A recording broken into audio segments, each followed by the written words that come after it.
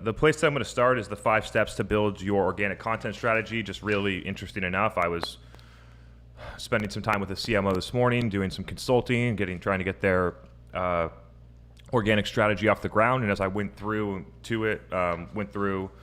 to start to figure out the strategy with them, I came up with what seems to be a 5-step framework. So I'm going to share it. Why only share it with the one CMO? Let's share it with everybody. So let's get into it. The 5 steps to build your organic content strategy. It's interesting. Lately, I've been encouraging people to think about it a lot more away from thought leadership and a lot closer to community or content-driven community. The reason is because community implies that it's not just pushing out information. Community implies that you need to engage, that you need to understand them, that you need to deliver value, that people are coming out on a recurring basis and consuming the content or attending the events and things like that, which are just see people that are focused on their thought leadership offering typically kind of brush across in the corner. So trying to pair the community elements that clearly work and people clearly want with a content first approach, I think is a really interesting approach to community. So moving into it, step 1, and where I always start with people, is the team. Do you have the people to get this done? This is the first thing that we went through. The things that we're looking for are 4 people in order to get this done. Yeah, and when you have, it's 4 people, but it's really 4 skill sets. So me personally, I can personally do 3 out of the 4 if I wanted to. A lot of you would be able to do at least 1 or 2 out of the 4. So it doesn't need to be 4 people, but you need to have 4 core skill sets. Number 1, subject matter expert. This is a missing piece on a lot of teams that want to get their thought leadership off the ground. You're not going to have leading thoughts that your buyers care about if you don't have a subject matter expert on your content team.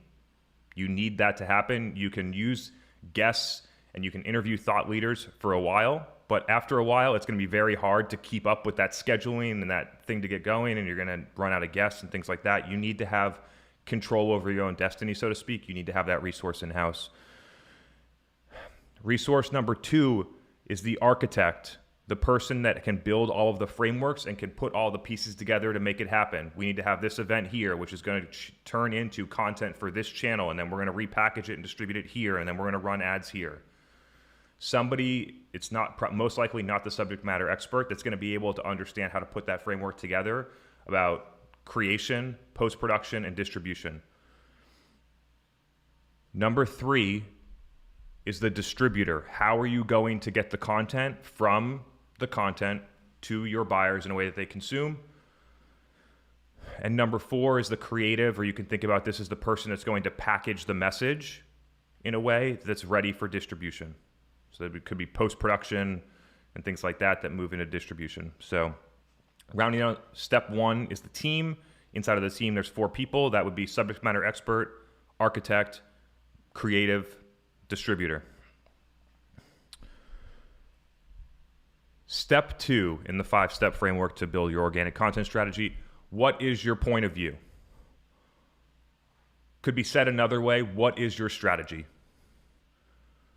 And so starting with top-level business goals and working down to align with what your buyers care about to develop a point of view that aligns with business goals that your buyers can actually also get behind is something that's a lot of art. It takes a lot of testing. One thing that I mentioned to the CMO and I mentioned to everyone here, you don't need to have all this figured out when you get started. You can, to say that we had this figured out when we started our content strategy would be lying to you, right? We didn't have it all figured out. You learn over time, especially as you get an audience to participate, challenge you with questions, to dig deeper into what is actually the root. How do I explain this? Why? So having an idea of the company strategy is probably critical before you get started, but actually having a deck that's perfectly mapped out with your point of view, I don't think is necessary. But over time, for this to really work, you need to have a solid point of view that aligns to business goals that your buyers care about, both those things. Step 3 is the content creation framework. This is where a lot of people miss. This is where a lot of people fall down because they're used to the we're going to do one webinar and then we're going to do it 8 weeks from now so we have enough time to promote it so we can get a lot of leads. And then once we're done, we'll send it out in a follow-up email, and then we'll be too busy with other things to think about how we can chop it up or use that content in a different way. And so they just, for whatever reason, can't get the wheels turning to be able to produce content at a volume, at a level that is necessary for this to be successful. If we posted one podcast a month, I hope that you would still listen to it, but it definitely wouldn't have as much impact. It wouldn't be able to fuel LinkedIn. It wouldn't be able to fuel YouTube. We'd have this event once a month instead of once a week. There's just a lot of nuances inside of the creation framework to work. So here is a trick, and I, again, gave this advice this morning. You need to have pillars in the ground that essentially are a forcing function to you actually creating the content on a recurring basis. A good example is what we're doing right now. Demand Gen Live. I got to show up every Tuesday evening at 7:30. I know that 70, 80, 100 or more of you are going to be here. So I'm not just going to I'll just cancel it last minute. No, we won't do that. It creates accountability to be here and create the content. So you need something like that inside of your marketing department. I think that minimum, you need to have this happen at least twice a month at minimum. And you should work up to be able to figure out how to do this once a week. If you did it once a week, you'd basically have 4 top-level pieces of long-form content per month that you could then repackage and distribute. It also, having a recurring pillar that's a live event, forces you to create content that's good enough, that delivers enough value to have people keep coming back. Really great way to know whether people like your content. Put on a live event and see how many people come back next time. Measure repeat attendees. Or how many people come 10 times. I just don't see a lot of people measuring that have webinars or events to think about those things. Those are the metrics that matter. So step 3, content creation framework. The hack, for lack of a better way to say it, is to have recurring pillars in the ground. I'll give you a little bit more insight before I move on. We have the Demand Gen Live pillar that we do once a week. We have one on Thursdays at noon, which is backed by popular demand and request from EMEA and the UK. So we have that one twice a month. We have people that ad hoc will have live consulting sessions with me. We'll have people that will have me as guests on podcasts. We will have, when we have people on our podcast as guests, all of those things get put together. So we have 3 or 4, actually it's probably 5 or 6 total vehicles to create content that will fuel the podcast and other channels. Step 4 is the post-production framework. So this one is being able to take whatever we're going to produce tonight, 96-minute video and audio, and be able to post-produce that so that you have audio for a podcast, so that you have long-form video that could go on YouTube or your website or both, and that you can create little clips that you can put on LinkedIn or other social networks. A huge important part of this, and something that I think that people that outsource this function don't value enough, is the most important part of this is having someone that can look through the clips and be like, that's a good one. I want to start here and I want to stop there and I'm going to put this as the title. It's actually a real skill. So, and like a lot of people will offshore this to somewhere, offshore, with people that don't have an understanding of your buyer, so they're just picking clips. And so it either creates a lot more legwork for you to outsource it, or you could just have someone that knows your buyer and the content to do it. The post-production one's actually quite straightforward if you're looking at like podcasts, YouTube, LinkedIn. As you start to expand out into other channels, it becomes a little bit more challenging.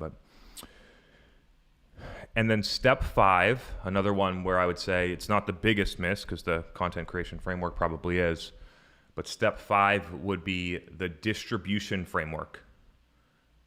And so you've spent all of this time to build the team, to put together the strategy, to figure out how to create it, to figure out how to post-produce it, and now you got to make sure that it's distributed so people actually see it, so that when people see it, they actually watch it.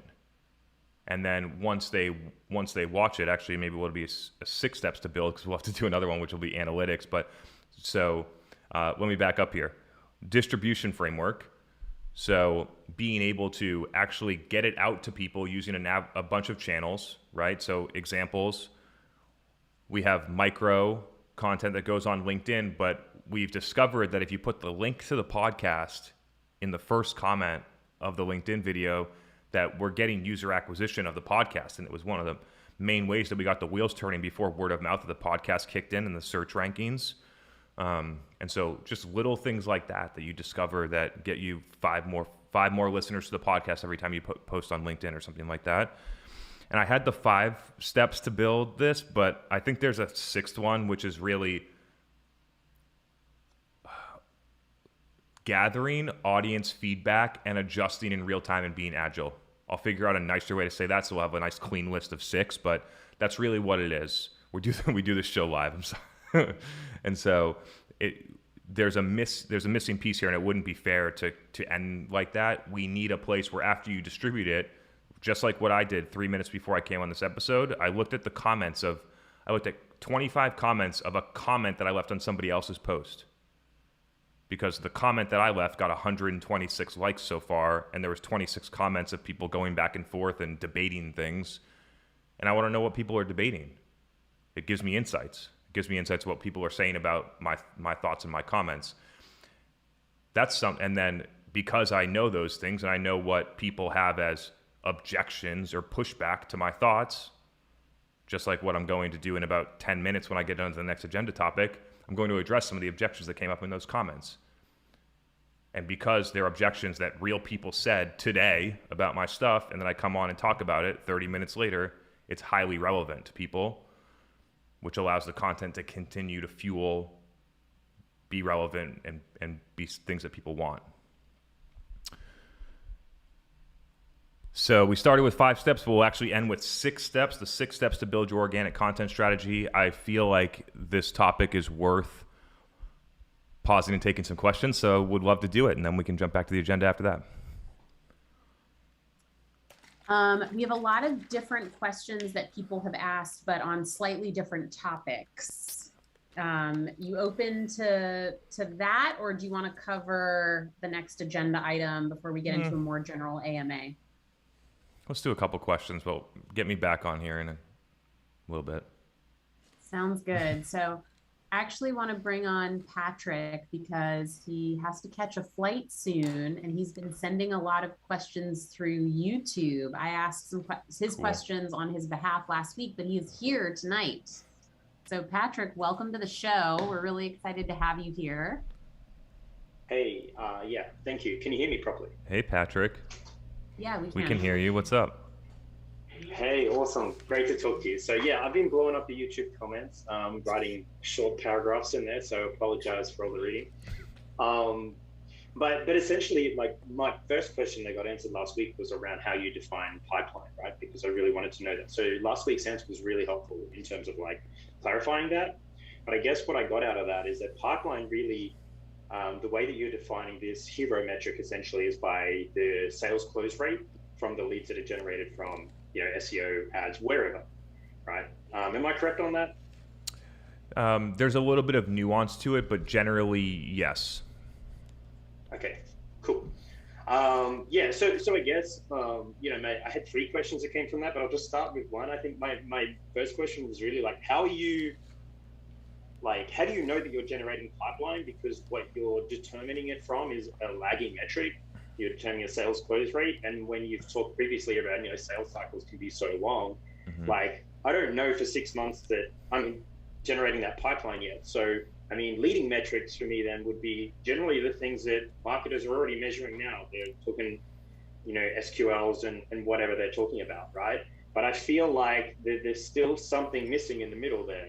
Is that a fair assumption? Like, is there something? I know that you're releasing all this eventually, but yeah, let me talk through the pipeline on the lagging metrics. So a company that has no historical data may need to think about a different way to implement this. But if you have historical data with the lead, like that's set up with lead sources that move to that stage, you should be able to look at what we recommend is trailing 6 months of data for won and lost opportunities, and at what stage 1, stage 2, stage 3, etc. Do you cross over winning 25% of them when you only look at high intent lead sources, so not like a content syndication or SDR cold outbound or things like that, when you're only looking at sources that close at a high rate from lead to win, and when you narrow that in, typically you're going to end at, a lot of companies will end at stage 3 and have a win rate at stage 3 somewhere between 25 and 35%. And so now we have the stage.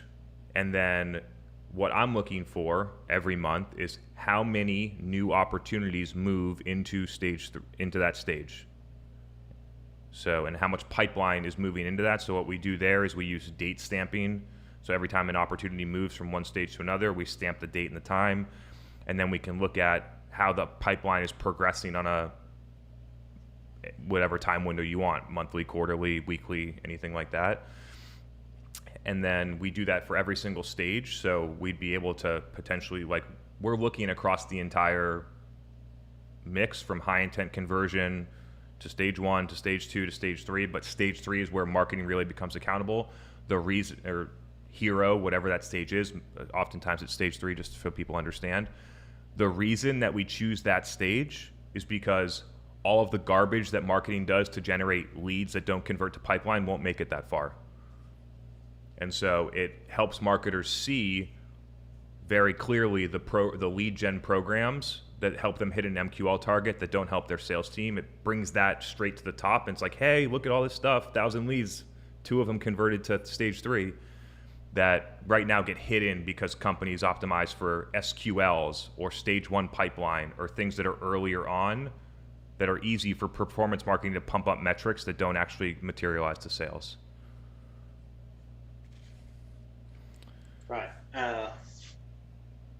Yeah, I guess that makes a ton of sense. I guess it sort of almost leads into one of the other questions I had, is like, you know, if that rate goes down, the thing that you said last week, if that close rate goes down, then obviously that directs marketing actions in terms of, hey, we've had a dip here, there's an issue that needs to be resolved. So I guess there's 2 questions from that. One, if 25% is your minimum, then what are you seeing if you've really dialed that in terms of, you know, high intent? And I guess the second thing would be like, if that rate goes down, sales people and marketing people get to do their favorite thing, and they get to blame each other for the dip, especially if you're looking at stage 3 where you've had 2 extra filters on top of, from essentially marketing's handoff to sales. And someone's sick, someone swears, someone says something in the middle of, you know, stage 2, puts someone off completely. And I guess I would assume a ton of the high intent stuff would be like, you're so dialed into my brand that probably everything's sort of aligned there. But I'm wondering sort of what your thoughts are around those 2 filter levels. You know, how do you basically say, if this number's gone down, this is on one or the other or both, or like, where do we dig in to solve this issue if this number is not hitting what we want it to hit? Yeah, it's a pretty interesting question. It would be hard for this metric to swing, in my view, to be honest. But if it did, I think that the 2 places I would look are sales qualification. So are there metrics that are incentivizing salespeople to move things to that stage when they're not qualified? So how does your comp plan affect, like, maybe there's a change in the comp plan, sales wants to do this. Sometimes SDRs will push deals over to the next stage even though they don't belong there, and they're going to move to close lost for that reason because they need to hit some type of quota. So there are some of those things. But generally, I would say if this number is going down, then something is wrong with marketing. When we do this number goes up for companies. Companies start with stage 3 win rates of 19%, and then 12 months later, it's 32%. By filtering out the garbage, by like just generally having people that are more familiar with your brand enter your pipeline over a long period of time, just those metrics will show. It's difficult to say like what it should be, because when if that metric climbs up to 35, 40%, then you might actually have marketing start to optimize for stage 2, not stage 3. Because then stage 2 win rate might go from 19% to 26%, cross over 25, and then marketing actually optimizes for a stage earlier. But the key here is that it's dynamic. So the thing that's missing is that there's no quality control for when marketing starts to push garbage and the win rates go down. There's no flag that's being like, hey, something's wrong, something in marketing needs to change. that's not happening. So people don't see it until it hits the lagging metric of, oh, we missed quota this quarter. That was a really good question, something that I'll dig into a lot more. Thanks so much, Patrick. Any final comments before you head off on your flight? Awesome. Yeah, I'm sure I could go back and forth all day, but I don't want to take the session up. I'll definitely watch this back and leave some YouTube comments. But I appreciate the time. That was cool. Really keep them coming. Really insightful. Great questions. Awesome. Thank you. Thanks, Patrick. All right, so few more questions bringing us back to the organic content strategy topic. So I got a couple great questions from Danny and Sarah. So let's get those in, and then we can meander back to the agenda after that. Okay. So Danny, you're on live. Feel free to ask your question. Welcome to Demand Gen Live. Hi, thanks. So my question, I've been attempting to emulate this event for my company. The obstacle I'm finding now is mostly time. So we only have the time to do it once a month. And even then, sometimes it's a little bit difficult to get it done. And then on the backside of things, because we're a small team of maybe like 3 people, we have an intern. We don't always have the ability to chop everything up the way we want to. What you were talking about, finding those clips, sometimes it's a stretch to do.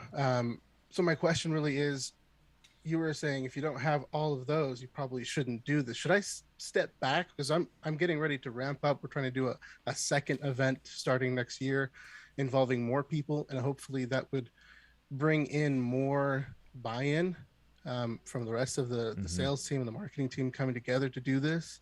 But that is a concern of mine. If I can't get everything distributed and take the full value of this, should I even be doing it? Let's find out. Let's talk through it. So 1x per month, how's it been going so far? It's fine. We started with maybe 2 or 3 people attending, and then the last couple we've had maybe 60% of 150 registers actually show up. So that's been a good ramp up. So I'm proud of that. But again, it's that backside. The whole point that I started this was to be able to have half of it be market research, kind of like you've been doing, saying, hey, I'm listening and hearing what people are actually interested in. Because a lot of the content that we distribute is based off of whatever sales feels is actually happening. And there's really no confirmation that that's what the industry is actually looking for, other than other industry experts talking about it. I have no idea if my customers are actually finding value in what we're doing. I've reached out to some, don't always get that response back to say, hey, yeah, I enjoy this. I've put surveys at the end of our events to see what kind of feedback I can get. I get maybe 1 response. Yeah, so that's kind of where I'm stuck. Okay, well, that's a start. Now let's get to the important question. You said that you don't have enough time. What else do you spend the time on? So I have many hats. I do analytics from our HubSpot, our lead generation. I do a lot of these events, putting the actual content together, editing it, putting it on our podcast. I do a lot of that. So I chop up my time to try and get everything done. But then it's that redistribution of content that I like, oh, hey, intern, here's some stuff you can use. Sometimes it gets put out maybe once or twice on LinkedIn. That's kind of the extent of it. What's working the best for you in marketing right now to drive revenue? Right now, actually, our partners being referred to by adjacent services. So we're a SaaS company that does back office for affiliate marketers and MLMs. And we have a lot of partners that sync in with our back office, and those have been the best. And that was a secondary thing with the events. We tap into these side partners for their expertise to kind of spread out our subject matter expert. Or Yeah. Over time, like it's nice to get revenue from partners, but over time you want to control your own destiny, right? Because Yeah. I've heard the story too many times. Like there's one big partner that's giving us whatever 60% of our revenue, and all of a sudden that partner's like, hey, actually we're going to do this ourselves, or we just acquired this company that does it, or whatever. And all of a sudden 60% of the revenue goes away overnight, and the company goes out of business or has to lay a bunch of people off. That's like not what I'm saying is going to happen to you. I'm just saying that like having a direct line of communication with customers that drives direct revenue into your sales team, as opposed to going through most of it coming through partners, is a strong strategy that you'll probably want to work through. So outside of I'm going to dig in deeper just so everyone can get some value out of this too. So if you exclude partner, if you look at your own marketing to drive your own sales reps to close their own deals, what is it? Well, that's part of what we're trying to figure out. The attribution has been hit on heavy because the majority of it is either organic or paid search. And that's about as far as it goes. That's about as deep as I've been able to pull together. So it's kind of where it hits is that organic. They found us. I added that field that you talk about. And so a lot of people put in those 1 or 2 words: research, internet. So that demo request, we get maybe 10 to 15 submissions from that field every month. That's kind of the majority of what comes through. Yeah, this is a tip for everyone. Something that I'm seeing as a trend is that how did you hear about us, the self-reported attribution field, and what attribution software is telling you are the same, then something is wrong. The something that's wrong is that there's an opportunity to have a much stronger demand creation strategy in places where people hang out, because if you're not getting communities, referrals, word of mouth, social media, content, podcasts, if you're not getting those things, then it means that there's a huge opportunity to do it. If people are finding you in search and moving it into attribution on search, that means that the people that are what they're reporting is how they found you is in demand capture channels. They already got to search for something, or they already went to there to search for something. You want to be the thing that drives them into those channels. That was just a note for everyone there. So what I would suggest is that I don't think that you should stop doing this, but I am going to just share my recommendation to everyone, just in transparency, of that, like, if you are trying to get in shape and you decide that you want to go to the gym once a month, you're not going to have a lot of success in getting into shape. And so it's not only about having enough content to distribute that month, it's about doing the reps so that over time you get dramatically better. If you go back and look at episode 1 of what we did, like, it's not only the equipment and the production value and things like that and going live that has gotten better, like my ability to communicate, my ability to answer questions, there's just a lot of other underlying details that you get a lot better at when you do more reps. So that's like my real position, but given where you are right now, I would say keep rolling with the once a month. You have the how did you hear about us? You are getting 60, 70, 80 people to those events. I would start to see how many of those 60, 70, 80 people are repeat visitors. One of the things that we did is that we use Zoom instead of a virtual event platform. The 2 reasons that we do it, so that people know, is 1, I want to have everyone's video right here so that it feels more like a community than me talking to like a screen of myself, you know what I mean? So having everyone that's been able to be on video and interact is something that's important to me. And the second one, and our virtual event platforms might be able to do this, but I haven't looked, is that we can have the calendar invite be on people's calendars every week. So people don't need to think about signing up every week or things like that. It's just always on. So you might want to consider figuring out how to get that on their calendars when they sign up once.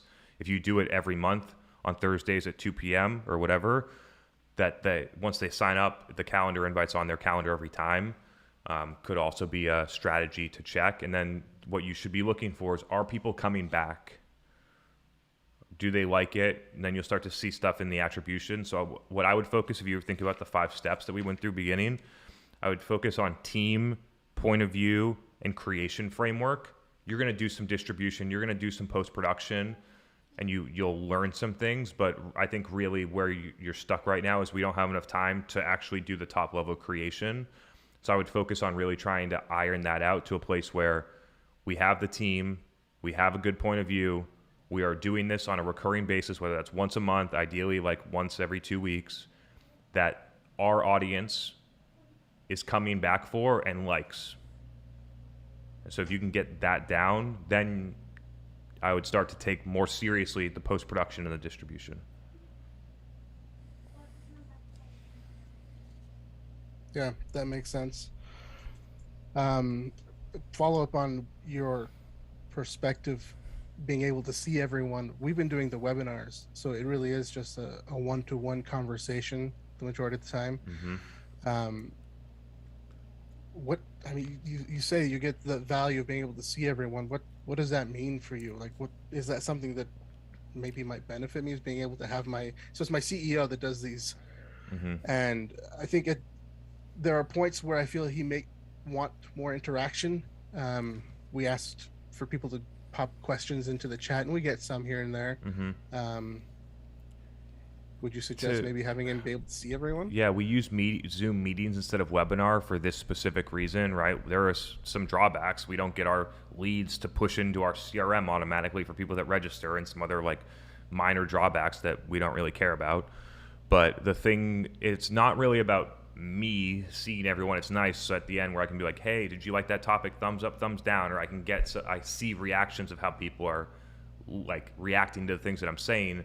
But having everyone in the video is more so for you and everyone that's here, because people get to know each other. People have gotten jobs here. You know what I mean? Like, people get that. It's really for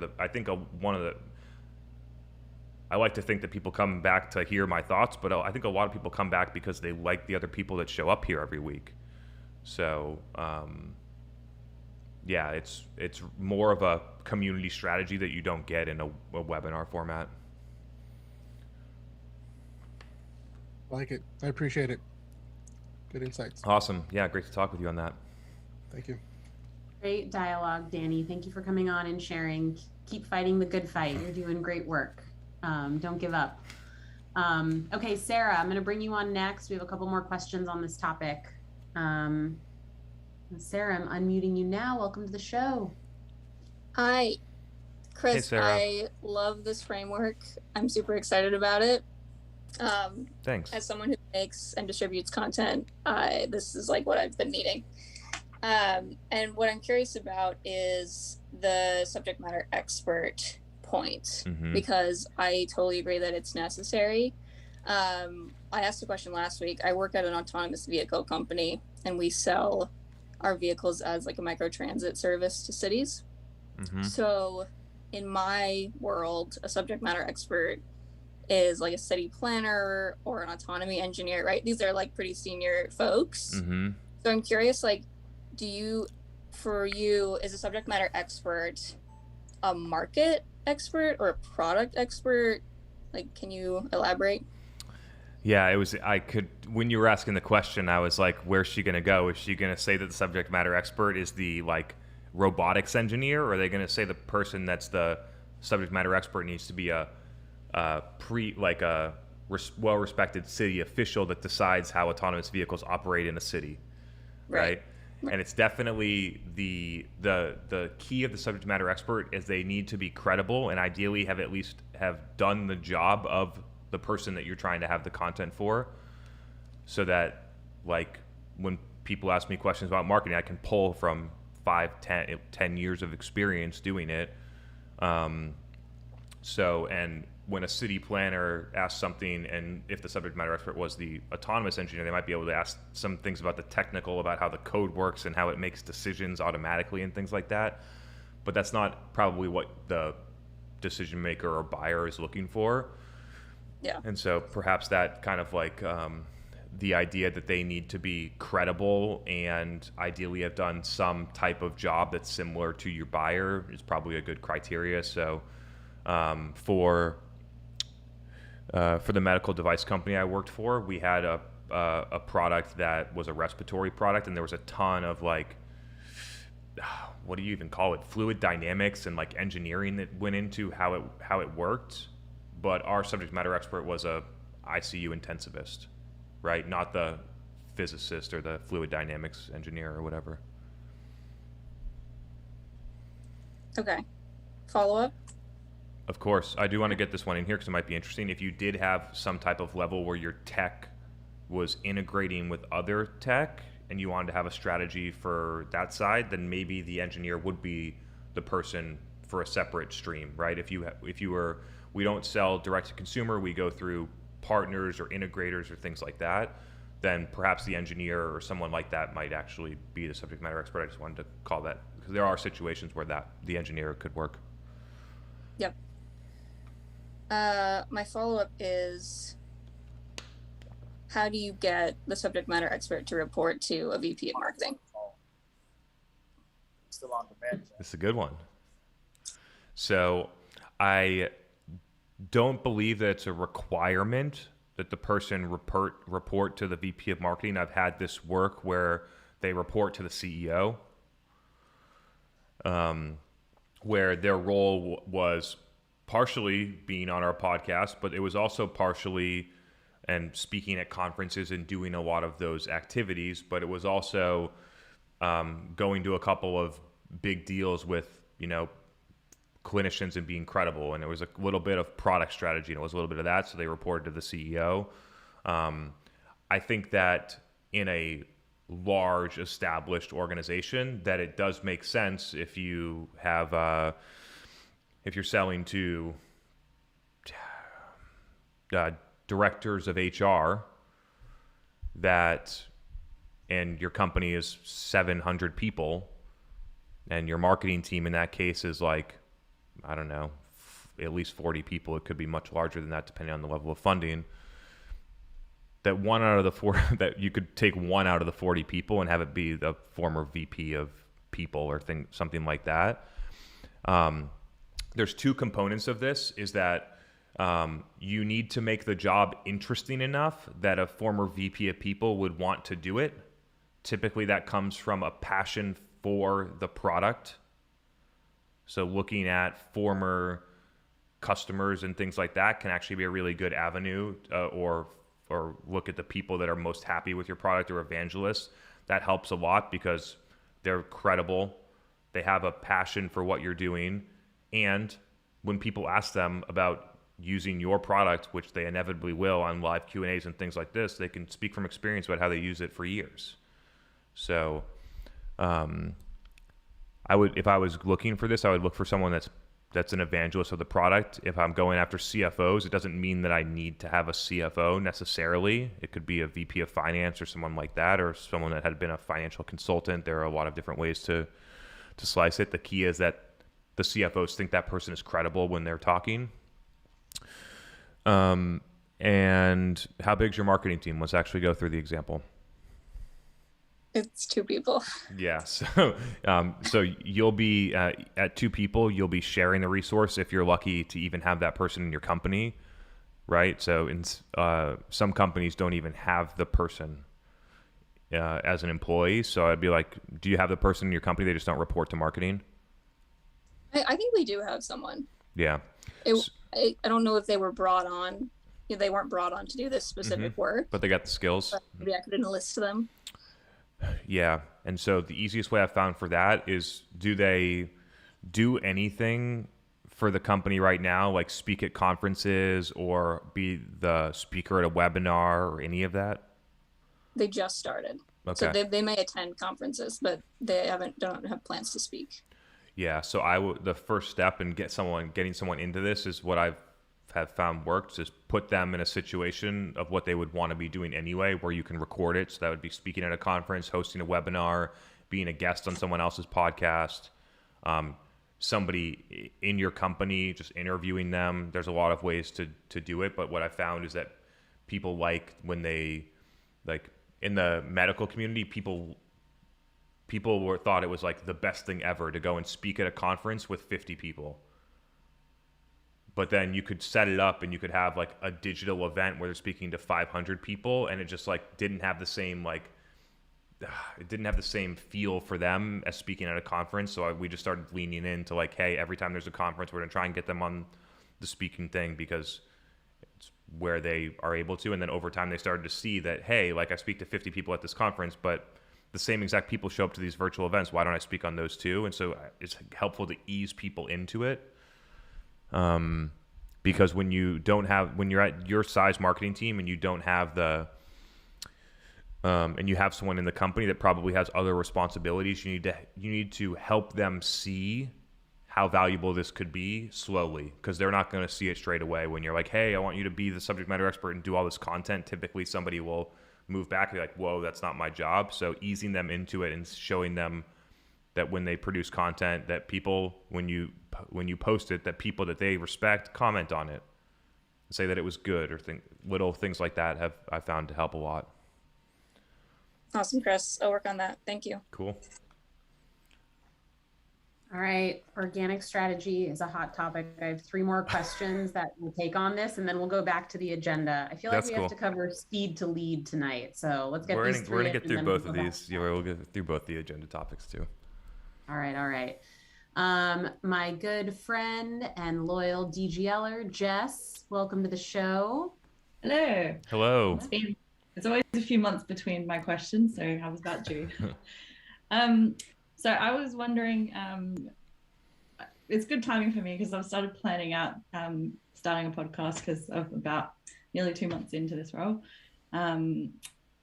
What things do you think of those roles could potentially be outsourced? Because I'm a marketing team of 1. I've got the SME, the CEO is really keen to do all the talking, really passionate about that. Booked him in for some speaking opportunities at conferences and made sure we can have the recordings after that to use. But yeah, I can definitely do the architect part, I think. But yeah, the distribution and the creative, because you don't want to have a thing where you drop the quality or miss that bit where you're saying about, being able to find the clips and go, oh, that's a good one. I don't want to outsource that. But are there elements in there that you think could be outsourced? Yeah, so if I heard you correctly, you have the subject matter expert who's the CEO. And then knowing your skills, I would say that you can handle architect and distribution. The reason that I have you on distributor is because you're there when people leave comments and like it to see the feedback, which is a really important element to being the architect. And then I would set the, how do I say this? Review the clips and set the timestamps and things like that, and then let someone else handle the editing. But you might have to do a little bit of the legwork to show them which clips to pull and decide on the titles. But the actual nuts and bolts of the editing you could outsource. Yeah, okay. Yeah, because I can do that stuff, but it's just I'm just conscious of my time, and it does need to be a priority. But yeah, it's just what could someone else do. And then as you get it was the first thing that I just didn't do. So I think it makes sense. And then as it starts to work, then you can think about having someone specifically for distribution or bringing the creative person in-house. There's a lot of ways to do it, but it's like with one person marketing team, it's like get the wheels turning. And I think using an outsource for creative would be the easiest way to save you a little bit of time. I was thinking for the next hire, we're thinking more of actually getting another SME type person that can help with some of that content creation and, talking with customers, and rather than having someone that would be more nuts and bolts. Or do you think that's probably too early and I might need some groundwork help? I don't have a ton of context on the situation. You have the second subject matter expert is you kind of having them be like a sub for product marketing, or they the value that they add to marketing is truly just subject matter expertise? I haven't really thought that far, so I don't know. Yeah. All right, we'll talk about it later. Cool. Yeah, my first reaction would be that's you probably want to have 2 or 3 other pieces working with the CEO, right? Prove out the model that you can actually go through the creation process and the post-production process and the distribution process grow followers, have people show up to events, and then add in another person or content pillar then. But there's no right or wrong answer here. So if you feel like the direction that you have is the right way to do it, then I think that you should go for it.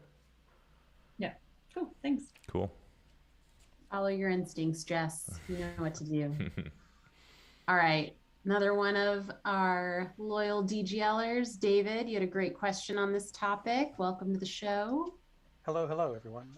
Quick question. So we're creating lots of content, and I think I may have already answered this myself, so I've got another question, but some content we create that's somewhat ephemeral, and some of it might be enduring. And I'm wondering if, while you're creating content, do you think of this as being something that's going to be a short lifespan? It just kind of lives, it says what we need to say, it's got a purpose for it, but it doesn't necessarily need to last a long time being like a week or a month or some short period, versus other content that might be more enduring, that you would maybe want to feature or pivot off of or come back to over and over again. And I think I kind of answered my own question, but just for the sake of it, I'd love to hear what your thoughts are on that.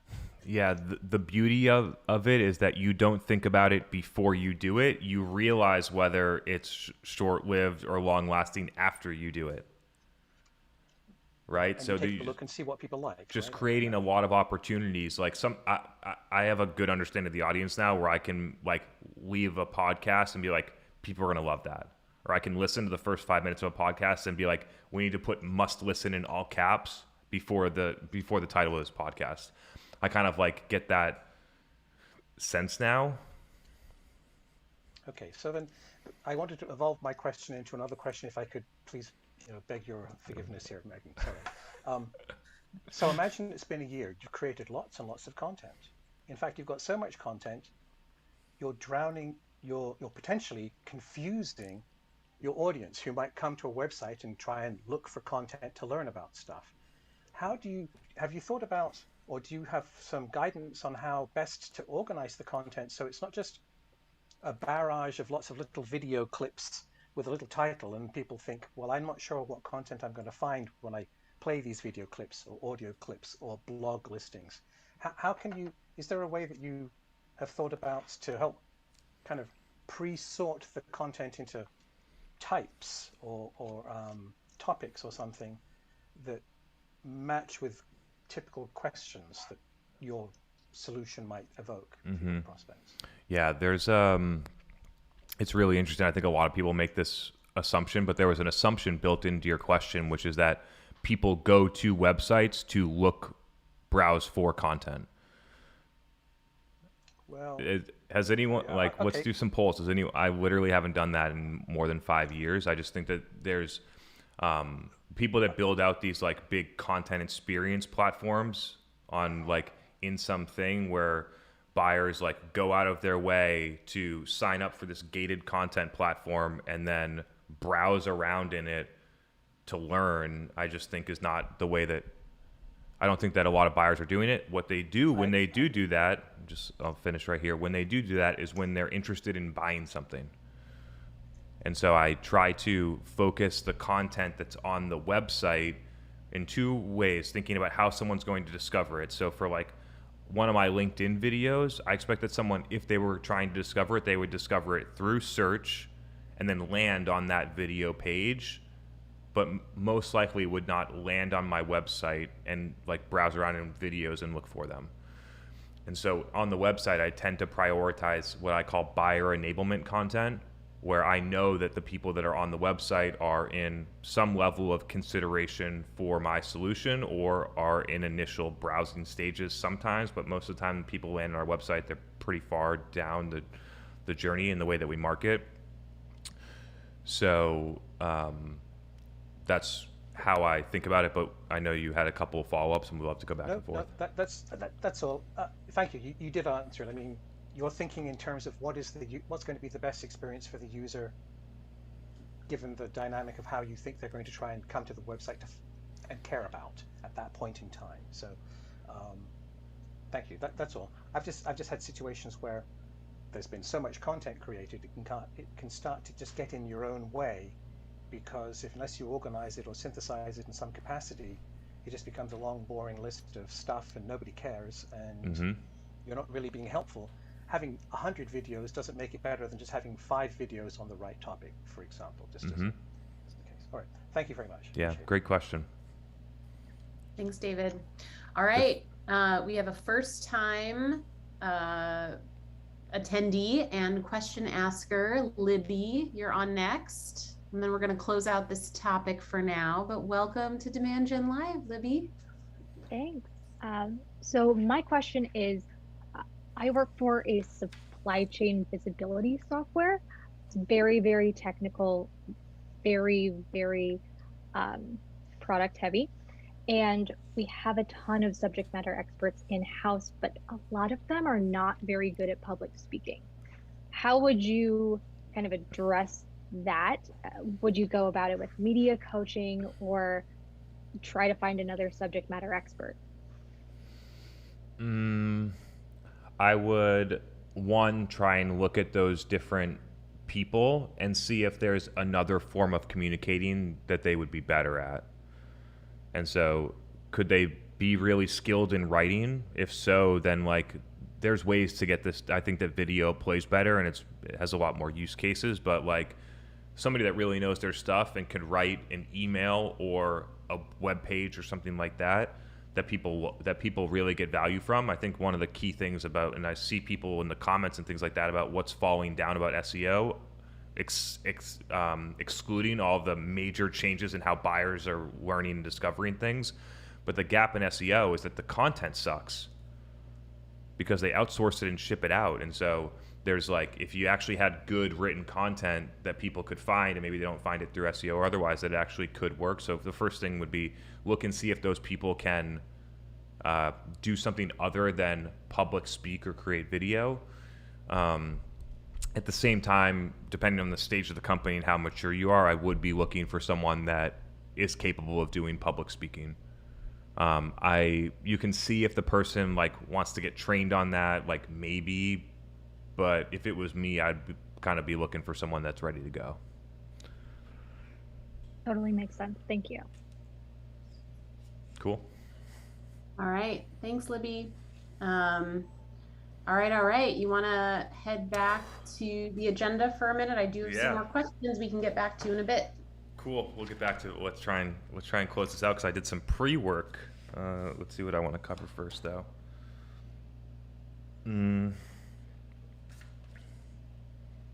Okay. I just want to cover one real quick. This should be a quick segment, but I hear a lot of rumblings, and I hear some people post things, and I'm got some headlines here just to share with people. So we got content shock, low attention spans, and the changing needs of digital marketing. The shrinking attention span and what it means for marketers, and the million other articles that are written about only short content is going to work. Attention spans are going well. Shorten your videos. If you look at where that started, go back and look. It started because I think it was Facebook was telling people to create shorter videos because it appeases their metrics and makes vanity metrics look better than they are. Because when you have a 6-second video and you get 50 or 75% view through because someone watched 4 seconds, it makes the metrics look better than if it was a minute video and people only watch 4 seconds. But what are we in now? I don't have the time anymore. We are probably around 57 minutes into this podcast, and you're still listening to it. So is it really short attention spans and short content, or is it because the content is low quality? And so what I'm trying to help people understand is that we got someone could go on mute, please. What we got here in the topic is and it says balancing content quality with content length, but the real title should be the quality of the content matters a fuckload more than the length of it. It really does. And so to pull out a couple examples, one, we're almost an hour into this podcast. The people that are still listening to it, you're still on here. So is your attention span that short? The next one, is that I do this sometimes just to show people, because this morning I posted a 9-minute and 31-second video on LinkedIn, which I've never seen anyone do. There's a 10-minute limit. I've never seen anyone post videos at the length that I do, because I don't care about the metrics. I'm interested in learning. I know that if 10,000 people watch a 9-minute and 31-second video, it's probably more valuable than if 100,000 people watch a 3-second video. And so that video at the moment has almost the exact same engagement metrics. If you look at percentage engagement, likes over a period of time, comments, things like that, has almost the exact same engagement metrics as a video that's 2 minutes. And so when you're thinking about this, because I watch marketers make mistakes to try and shorten the length of things in order to appease vanity metrics, or just not even to appease vanity metrics, but just because they heard someone say attention spans are short, so they're going to do something different. I'm just trying to help people see that if you create good stuff and you can hold people's attention because it's valuable or entertaining over a period of time, that's what matters, not whether it's 2 minutes or 9 minutes. So real short segment there, but wanted to get that in because I consistently see people commenting about that. And I think that the content that we put out basically myth busts all of those statements. Most of our podcasts are an hour long. Some are 2 hours long. A lot of the video content is longer than I've seen. So some food for thought there to think about. And then we'll just jump in, because I feel like if we don't get this other topic in, then we won't get it in, because the chat and the AMA is going crazy. So the next topic, and it was sparked by the comment I left on this post today, which I'm just going to pull up here just so we have it all. We can get it to load here, maybe. Yeah. Okay. We had a post from someone that said, inbound leads are 9x more likely to convert when businesses follow up within 5 minutes. There was some more to it, but that was pretty much it. So first off, I would challenge you to go look at who published that report and when it was published. It was a long time ago. The second thing is, what types of leads are they following up with? What industry is it in? Who's following up? It'd be interesting things, because people are looking at that one stat and applying it across the board, but I have no idea what they were doing or who it was. And so I'm just challenging the report on the statistic. And then I commented back, or instead of having a follow-up process where somebody fills out a form and then you have an SDR chase them around to try and get a meeting, when it was probably most likely a low intent lead that filled out a webinar or an ebook or some direct response, like trick me into filling out this form so you can cold call me type of deal, then at that point, yeah, you might need to have someone follow up within 5 minutes to chase them around. But if you changed your strategy and you did it differently, then what I'm saying is that if you had high intent leads that want to fill out that form, that want to talk to sales, why wouldn't you just give them the opportunity to just book the meeting when they fill out the form, which is what we do here at Refine Labs. So, and the topic and bringing it back is that speed to lead is outdated. It's outdated because it was built around a strategy where you just collect a bunch of shitty leads and pass them to sales for people to chase them around. That's not how marketing should work anymore. And so, and when you rethink marketing completely about what is the goal of marketing, you look and see, these low quality leads that never convert into pipeline, why are we even sending them to sales? Sales would be way more productive doing their own outbound to target accounts than following up with this trash that doesn't convert. And then you would stop sending them those leads. And then if you did that over and over and you kept looking at it, you'd be like, oh, actually, it's just the people that say, hey, I want to talk to sales that I want to pass to sales. Who would have thought? Oh, and if they actually want to talk to sales and they're converting to pipeline at such a high rate, do we need an SDR to call them? Maybe we should just allow them to book a meeting with the rep straight away. And so on our form, I'm reluctant to say that our conversion to qualified meeting from that is 100%, but it is damn close. It's at least 95% or higher of the people that are qualified that say, hey, I want to talk to you about a consultation, and then they book a meeting directly afterwards, and then almost everybody shows up. So we're at like 95% conversion, and we walk into software companies that have that conversion rate at 20%. Can you believe that? Qualified buyers are coming to your website saying, I want to talk to your sales rep about buying this stuff. Could I talk to one of your sales reps, please? And you only get 20% of them into a meeting because your process is outdated, because your SDRs are chasing around low intent leads, because you're not giving a buyer an opportunity to book a meeting directly when they want to, for only reasons of we don't know how to route. We don't know how to use technology to route it to the right people. We're generating shitty leads, so sales doesn't want us to book time on their calendar with these bad leads that either don't show up or aren't interested in buying. Those are some of the things that we're getting. So people look at this and they're like, I would never put a calendar on here. Most of our leads don't convert. Sales doesn't want to talk to them. Like if you're in that situation, when I say these things and when I make statements like you should speed to lead is outdated, it's looking at marketing in a completely different way. If you look at the recommendations that I make in a vacuum and just look at the one recommendation, none of the recommendations make sense. You need all of the ingredients for this to work. You need to change how you think about marketing. You need to change how you measure marketing. You need to change what's being optimized. You need to change how it's getting to sales, why. When you ungate content, there's a ton of underlying details to actually make that successful. So you need a lot of the ingredients, not just taking your strategy and adding a calendar link to your forms, because if you're running performance marketing and things like that, then you're going to end up with a big mess. So first step is only generate strong leads that convert into pipeline and then put the calendar on there. But to close out, I think that it's been clear since like 2018 that speed to lead was outdated, because I'll tell a story. Because this is at a point, and I'll be honest here, this is at a point where I was looking at the statistic and I was passing high intent leads to field sales reps, and field sales reps were following up in under 24 hours. And then I'm looking at that study.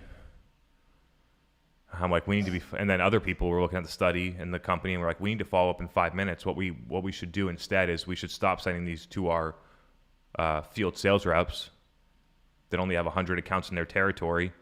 Instead of doing that, we'll pass them to SDR so that we can follow up in 5 minutes. And then we started to do that. And what happened was that the same amount of people actually got into a meeting, the same amount of buyers got into a meeting, but the ones that the meeting was booked by an SDR closed at a lower rate. It's super, super fascinating, because when the AE makes that first touch to book a meeting, they also establish rapport. They say, hey, I'm in the Atlanta area. They're also in the Atlanta area. I'm in the Atlanta area. I live in this neighborhood. We have other customers around you that you respect that I've already worked with. Here's what they're doing. I'll come in next Thursday and have a meeting with you. Is different than having an SDR call and say, hey, this is Jimmy. Let's have a meeting. So quite a few nuances there, but challenging people. If you rethink marketing, then you'll arrive at that speed to lead is outdated. Great segment. The AMA is heating up. I have too many questions. We're not going to get to all of them. Should we get another batch in though before we wrap up tonight? Yeah, of course. Let's do this. Isaac, you're up next. Maybe we're not breaking records tonight, but let's get some more in here. Yeah. Isaac, you've been so patient from the beginning. Welcome to the show. And I'm going to try to squeeze you in, Paulina, right after this. Cool. Thank you so much, Megan. So the question I have is on a lot of your content, you talk a lot about switching away from the MQL model and towards, an ungated model. So my question really is, what does the paid media strategy look like for B2B SaaS companies after they pivot from the MQL model and gated content strategy on paid social? Mm-hmm. Because after looking at CRM data from peers, the shift makes sense. So I'm just curious to hear, what are some actionable strategies to launch instead? And then how do you track the effectiveness of those new campaigns for the board afterwards? Mm-hmm. This is a great question. We'll lay out the whole thing. Keep me on track here. So before you change anything about the strategy, you need to change the metrics. If you change the strategy before you change the metrics, it'll look like the program's failing within a month and it'll get shut down. So if the company is not on board with shifting away from MQLs, then you're not going to be able to change this, and you have to adjust it to an alternative metric, which we help companies shift to website sourced pipeline created off of high intent conversions. People that are coming to your website, and maybe there's a drift bot and they can book a meeting with a rep there, or there's a get a demo form, or a contact sales, or a product-led growth free trial. Anything high intent conversion is what we're looking for here, and how much pipeline is being created off of that, and is it growing every month and every quarter? And is it growing enough relative to the additional investment in marketing that's happening? So that's the way that we help people look. The main reason is because it's incredibly buyer-centric to have buyers so educated that they're coming to you saying, I want to buy your product now. It's probably the best position to be in as a company. It's having people that are coming in here, like for us, like we're at a point where there's like a ton of people doing that, and it just creates a ton of flexibility in how you scale your company, how you think about headcount, how you think about goal planning. So that's the rationale as to why to change the metrics. So once you change the metrics and you're aligned on pipeline, then you should look at historicals.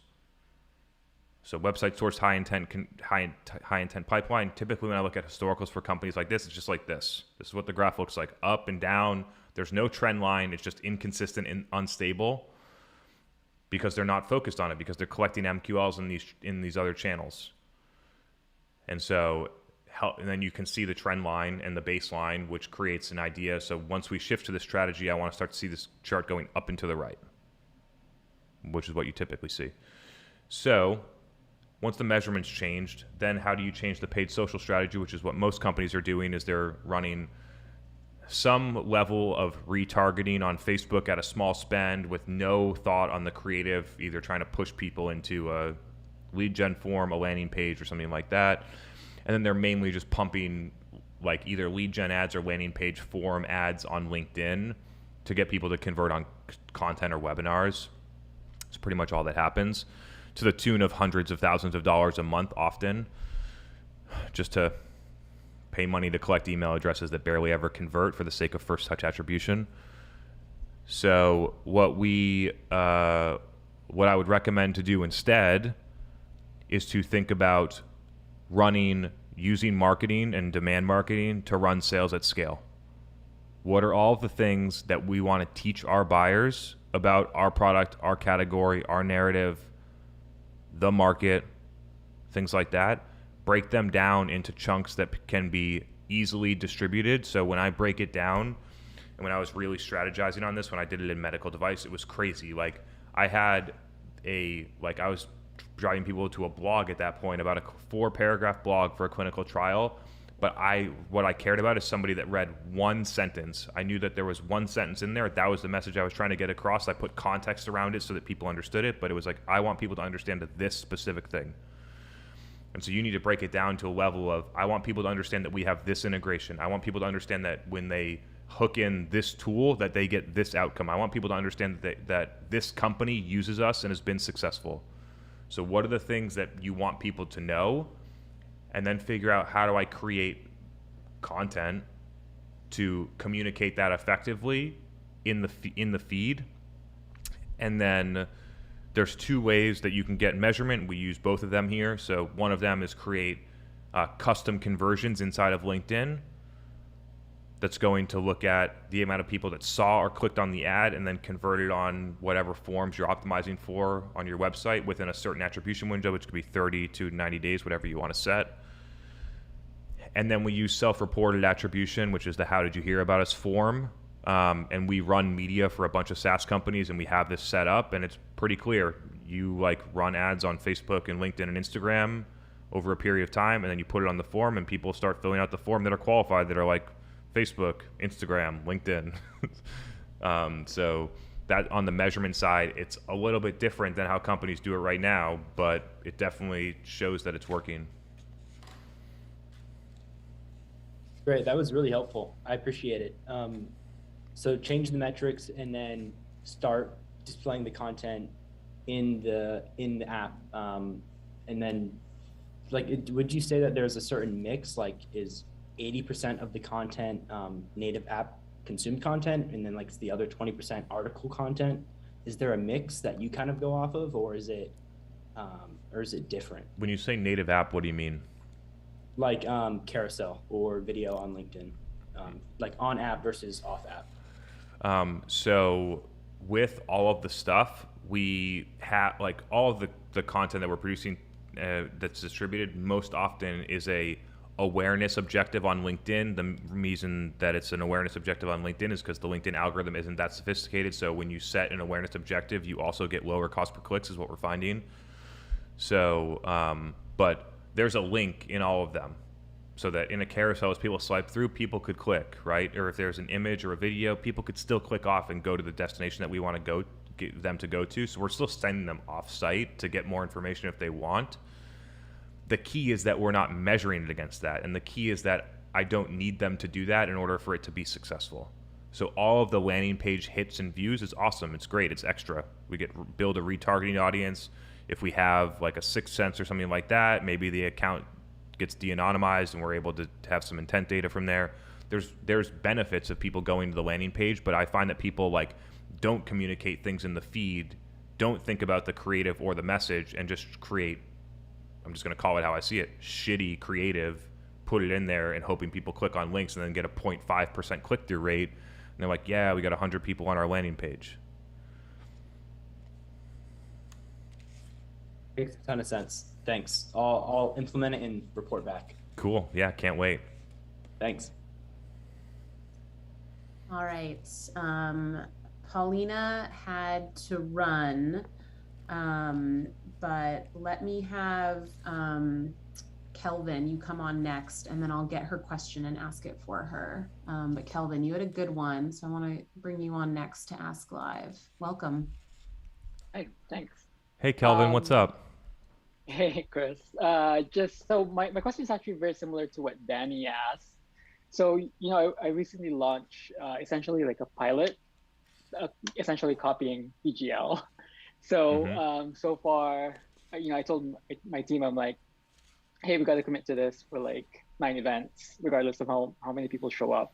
And, you know, this is what we're going to do. We're going to create live events, and then also repurpose that content for YouTube, for LinkedIn.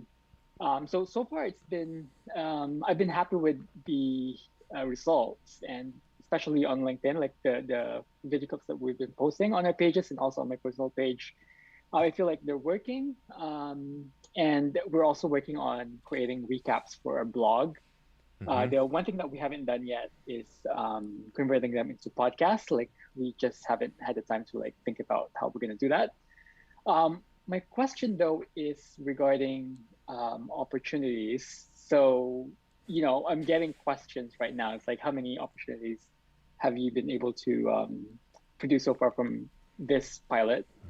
And I'm trying to navigate that conversation, because the thing is, these events are not, they're not salesy events. They're not case studies about our product. We do have speakers that feature potential clients, and we do have attendees that could potentially be good customers, but I specifically tell our sales reps not to go after them. And so I want to make the case to essentially double down on this for 2022. Just curious about your thoughts on how I can make that case. So far, the things that I've been thinking about are things like, you know, how many people registered for the event series, how many leads we're getting, net new leads we're getting from this initiative, and then also like screenshots of speakers talking about the event on their LinkedIn, which is, you know, kind of like, basically I'm trying to make the case that this is how we create more word of mouth about our company without relying on ads. So that's a lot. Sorry. Yeah. But, so that makes sense. while you were asking the question, I was thinking about what if someone asked me about how if this event generates pipeline, Before we had self-reported attribution set up, attribution software might have said we closed one deal from this, just because I know that there was someone that attended that we would have had registered that ended up closing. So like out of whatever, the 90 total events that we've done, maybe we have software-based attribution on one deal. But if you look at it in the macro, we've done at least 25 million net new ARR that's been driven through the thesis of this event that gets pushed into other channels. And so if you look at the aggregate revenue impact, it's been very large. And so when people used to ask me this, I would do what you did. I would go, oh, we have this amount of people registered, and we had like this people said something nice, and those types of things, which I've learned over time is taking the old way of measuring stuff and then trying to force it into a new marketing tactic, which I just find is suboptimal. So luckily we've stumbled into this self-reported attribution that would solve most of what you're looking for. Combined with attribution software would definitely show this is making an impact if it was.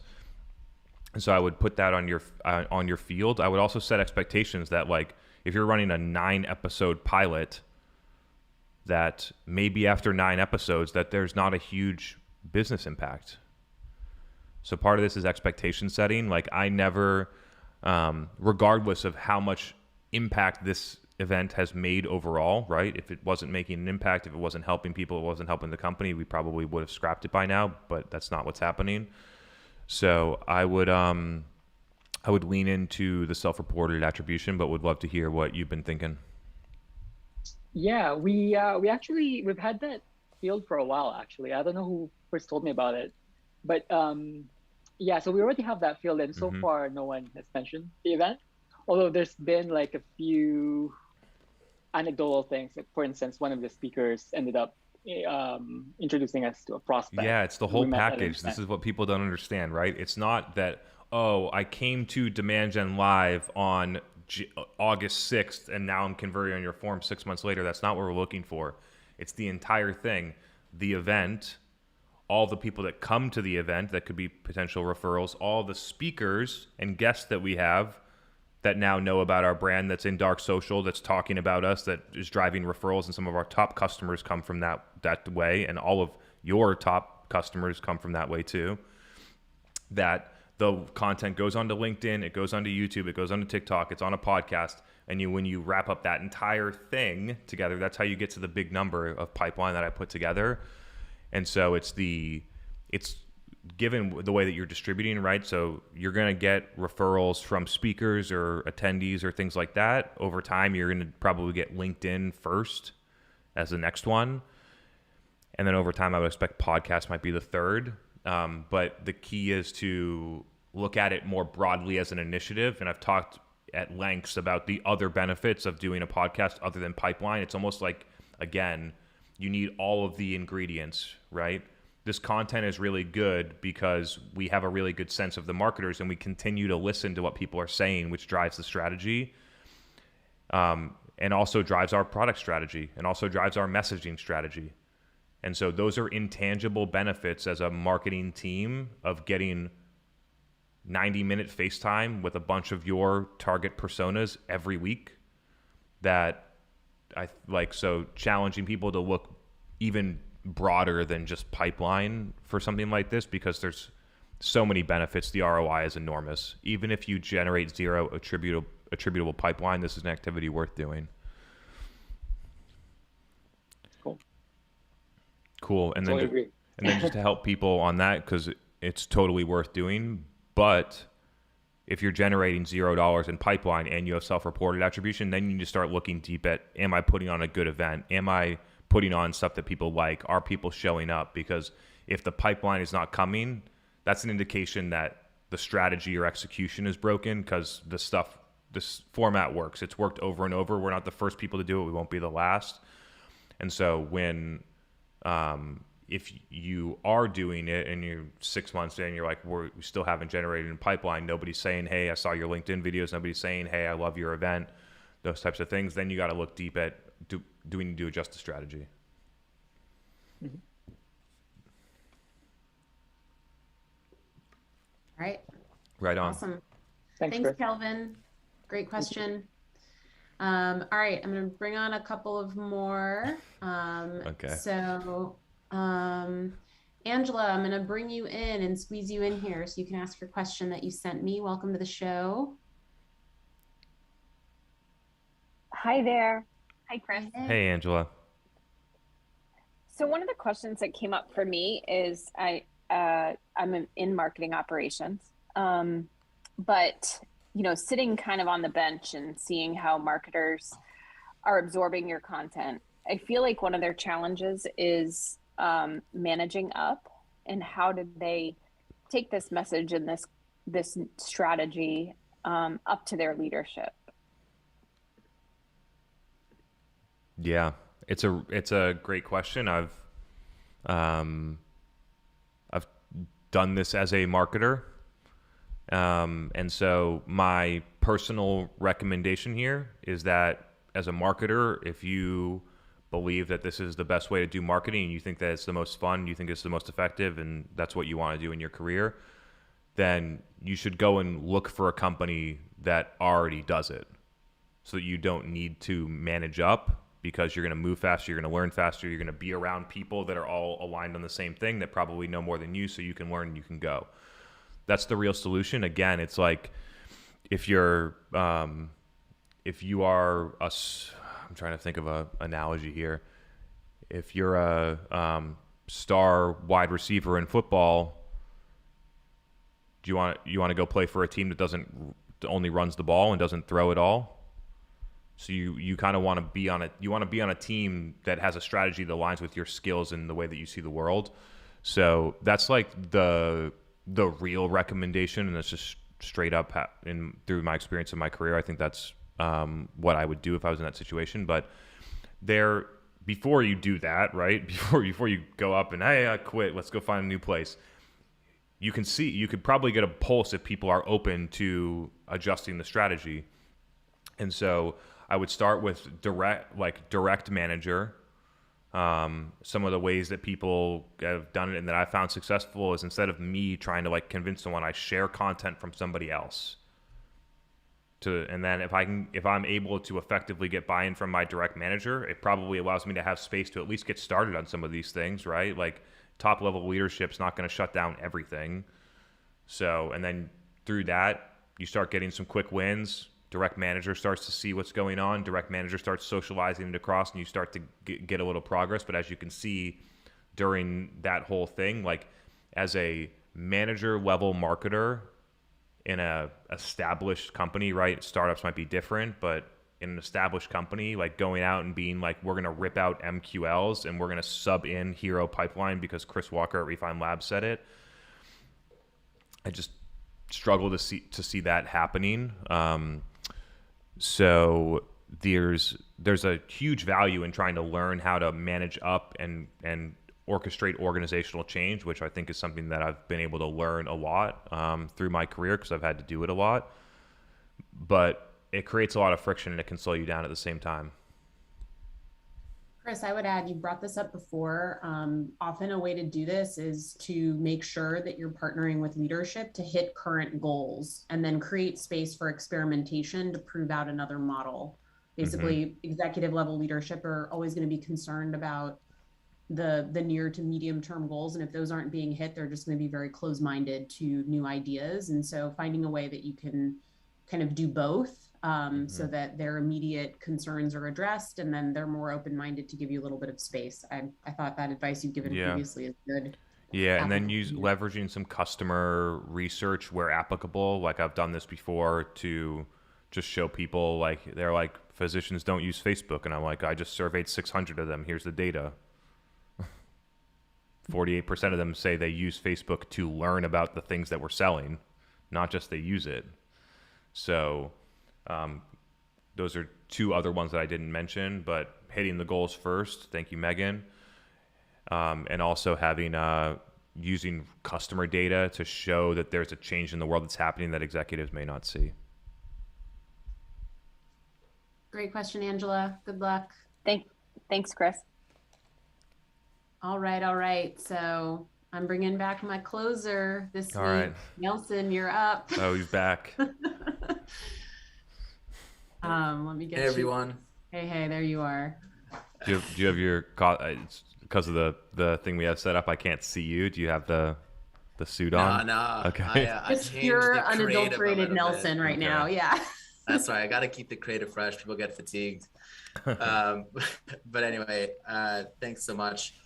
The question is on behalf of a few senior level sales development leaders that I've been speaking to who kind of see the writing on the wall and want to transition to demand gen, but they A, don't know how to position themselves, and B, are afraid that they're going to start at the bottom, and wondering really what's the best way to make that transition.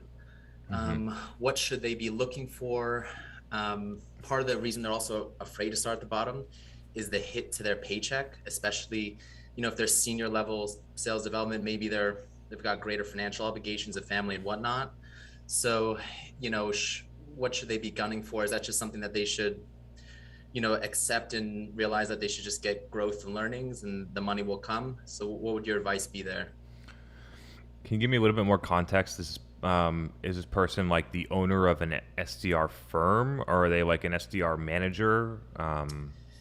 Both. So I've spoken to, SDR, outsource agencies, and they're running those, and also people who are in-house running SDR teams, and they both just see that it's not working and it's not fulfilling, and they see that there's a better way to generate demand for sales in a more fun, interesting, creative way, and that's demand gen. They want to know how to make that transition. Yeah. So if I was maybe this applies for either, but it definitely applies for the business owner, is I would figure out how to do demand for what I'm selling. Right? So you don't have to shut down your firm, you don't have to quit your job, but you got to figure out how do I produce content for the internet to educate people so that they have a desire to buy what I'm selling, which is essentially demand gen.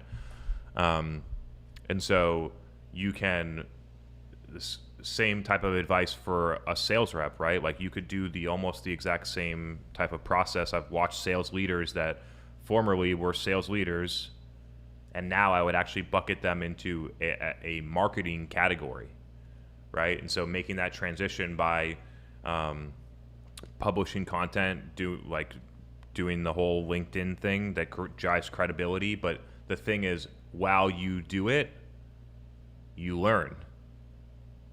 You see you know what I mean? So you see what's working, what's not, why. You see what's driving revenue, how people are responding, that comments are really important, that looking at the engagement matters, that frequency matters, that post time matters.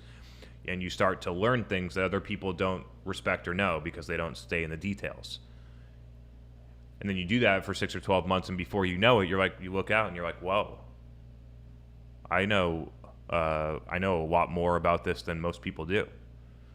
So the recommendation wouldn't be to quit your role and start from the bottom. It would be trying to figure out how can I use demand gen to accomplish goals that I have anyway in a better way while also learning. I think that's like a practical way to do it.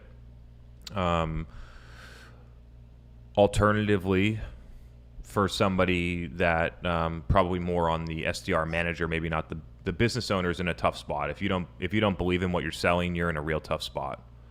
But for the SDR manager level person, another thing that I would think about is I would try and identify something that you're passionate about. So let's just go off of, let's say that this, SDR manager Julie loves yoga. And so for that, maybe what you want to do is you want to try and private label some yoga blocks and yoga mats and yoga bands, and then build a yoga e-commerce store, and then figure out how to run demand gen and sell e-commerce products, which you would learn a lot more than demand gen. You learn business. You might actually have something that works that you end up becoming. You don't need to be an SDR manager anymore. Now you're an entrepreneur. But even if it doesn't work out, that you learn a ton of skills so that when you go in to an interview, you're not interviewing for, hey, marketing specialist or demand specialist. You came from an SDR manager role, and you've built a successful e-commerce company and run media, and now you're coming in manager director. So I think there are some ways to play it, but building raw skills and changing directions in your career oftentimes requires taking a step backwards or being patient, or both. So seeing some of those things, it was weird. I was on a podcast today. We talked about things that I normally don't talk about. And there were opportunities everywhere for me to make more money in a shorter period of time. I'm 29 years old. I was making $85,000 a year, being a marketing manager, doing all this work, driving a bunch of revenue for the company. And I could just feel that long-term learning this was going to pay off in a huge way. It's weird. I literally could feel it. And so if you have that level of conviction and those types of things, sometimes it does require being a little bit more patient or taking a step backwards. That's great. Thanks, Chris. You got another one? Normally we're in like a 3-question segment, but I think we'll let you go tonight. Thank you. Cool, man. Great to see you. Thanks. I was also expecting another question, but let's move to closing thoughts, Chris. Yeah. Thanks, everyone. What do we got here? We got December 7th, so that means that we have 2 more Demand Gen Lives for this year. We're going to have one on December 14th. We'll also have one on December 21st, which happens to be the day after my birthday. My birthday's on December 20th. And then we'll be taking off the 28th, given the holiday season moving into New Year's Eve. So the December 28th, we will not be having a Demand Gen Live, so feel free to remove that from your calendar. We cannot do that for you. And then we are going to be hitting the ground running in January, potentially not making any promises, but typically when I do say these things, we actually have to do something about them afterwards. So we might be moving into season 3 of Demand Gen Live, new format. We'll see what happens, but we'll continue to innovate here on the guest content, topics, format, things like that. But one thing will not change. We'll still be in this time slot, Tuesday at 7:30 p.m. I know a lot of people have this in their calendar, like this time. That's awesome. So we're going to continue to do it for all of you. Yeah, love the questions. We got a couple of topics going on. One of the things that I'm going to try and do more often now is that I learned is that the 5 steps to build an organic content strategy came from a direct consulting session with someone.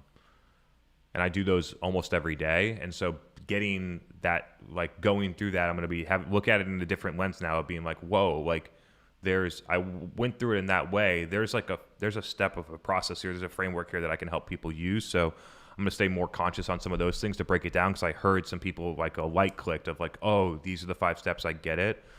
So trying to help people on that. And, as always, appreciate all you, and we're moving into the holidays, so I hope to see you a couple more times, and we will kick off 2022 with a bang. So thanks, everyone. Hope you have a great night. Good to see you all. Have a good week. Cheers.